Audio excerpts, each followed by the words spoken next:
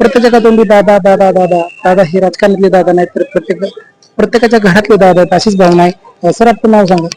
मी सुरेश साळवे. मी बारामती नगर परिषदेत 33 वर्ष सर्व्हिस केली. आदरणीय दादाचा माझा संबंध खूप जवळचा आलेला आहे. 1-2 कार्यक्रमात अर्धा एक तास त्यांच्या गप्पा झालेले आहेत, पण त्यांचा मी पणा कधी नव्हता. उलट मला म्हणायचं तुझं काय काम असतं तर घेऊन येत जा. त्यामुळे दादा हे खरोखरच शिस्तप्रिय होते, कडक स्वभावाचे होते. त्यामुळे सगळ्याच्या मनात त्यांच्याबद्दल आदर आहे आणि आदर राहणार आहे. असे दादाला आम्ही नमस्कार. या ठिकाणी बारामती नगर परिषदेच्या महिला सफाई कर्मचारी आहेत. दादा ज्यावेळेस सकाळी, या महिला पहाटे 5ला ड्युटीवर आहेत. 5ला येता ना तुम्ही?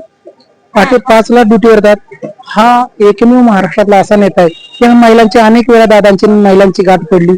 या महिला ज्यावेळेस सफाईचं काम करत होत्या, त्यांच्या ऑन ड्युटी होत्या, त्यावेळेस आता एक मिनिट कधी बी यायचे ना दादा, आमची गाठ पडायची. म्हणजे बघा, महाराष्ट्रातल्या सर्व तमाम जनतेला सांगतो की हे सफाई कर्मचारी सर्वात अगोदर कामाला पहाटेच्या 5 वाजता लागतात.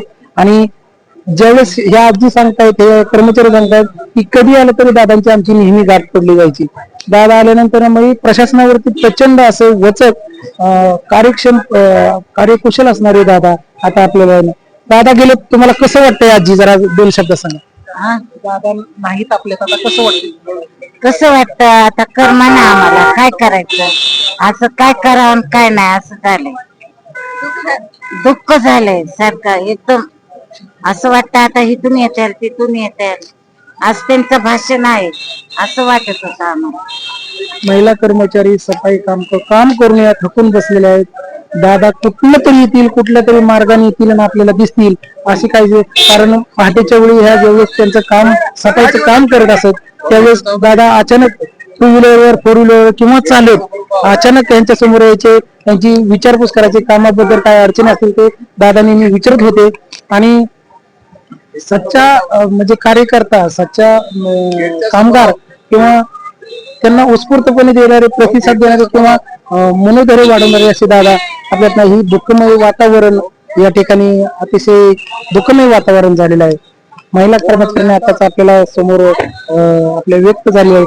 कालपासून महिला प्रचंड धायमुकून रडत आहेत आणि शब्द सुचत नाहीत त्यांना. पूर्ण महाराष्ट्र दुःखात आहे, अतिशय शोकाकुल वातावरण आहे. या ठिकाणी दादांच्या तरुणपणापासून दादांचे सहकारी असणारे जे सुनील तात्या बाबळे या ठिकाणी आले. अतिशय दुःखमय वातावरण आहे. तात्या, तुम्ही दादांना इथं भावपूर्ण करण्याचे मनाच्या भावना काय आहेत आपल्याकडे? आमचं दैवत माननीय अजितदादा पवार, आज तुम्ही या ठिकाणी म्हणताय की त्यांना भावपूर्ण श्रद्धांजली. मी काय श्रद्धांजली वाहण्यासारखे शब्द आपल्याकडे नाहीत. दादांनी जे समाजाला प्रेम दिलं, जे दादांनी समाजासाठी केलं, तो पुन्हा असा नेता होणे नाही. आणि संपूर्ण बारामती पोरकी झाली. बारामतीसाठी आता वाली राहिला नाही अशी आमची भावना झालेली आहे. आणि दादाच्या आत्म्यात शांती लाभावी एवढीच मी आमच्या कारखेल ग्रामस्थांच्या वतीने आणि आमच्या संपूर्ण सोपा परिसराच्या वतीने दादांना आदरांजली अर्पण करतो. या ठिकाणी कल्याण बाबू भापकर आहेत, त्या ठिकाणी विकास भोसले. तुम्ही सुद्धा तुमच्या भावना काय आहे? कारण प्रत्येक जण या ठिकाणी सभेमध्ये अनेक मोठमोठ्याने बोलणारे व्यक्ती सुद्धा या ठिकाणी कुंठित झाले आहेत. कालपासून आम्ही कव्हरेज घेतोय, महिला दाहीमुकलून रडत आहेत, पुरुष मंडळी जणू काय आपल्या घरातलाच कोणतरी गेलाय अशी त्यांची भावना आहे. महाराष्ट्राचे कणखर नेतृत्व गेल्यामुळे आपल्या परिसरावर मोठा दुःखाचा डोंगर कोसळलेला आहे. आणि या दुःखातनं सावरण्याचं सामर्थ्य परमेश्वराने आपल्याला द्यावं एवढी मी ईश्वरचरणी प्रार्थना करतो. आमच्या कारखेलकरांच्या वतीने भावपूर्ण श्रद्धांजली अर्पण करतो. या ठिकाणी कारखेलचे संपूर्ण कारखेल गाव, मी सकाळी जेवढंच गावामध्ये बातमी कव्हरेज दिलं त्या गावामध्ये कुणीच राहिलेलं नाही. सर्व आबाल वृद्ध महिला सर्व या ठिकाणी आले आहेत. जरा तुम्ही पण 2 शब्द. पूर्ण बारामतीकरांना खूप मोठं दुःख झालेलं आहे. बारामती दादांच्या जाण्याने पोरकी झालेली आहे.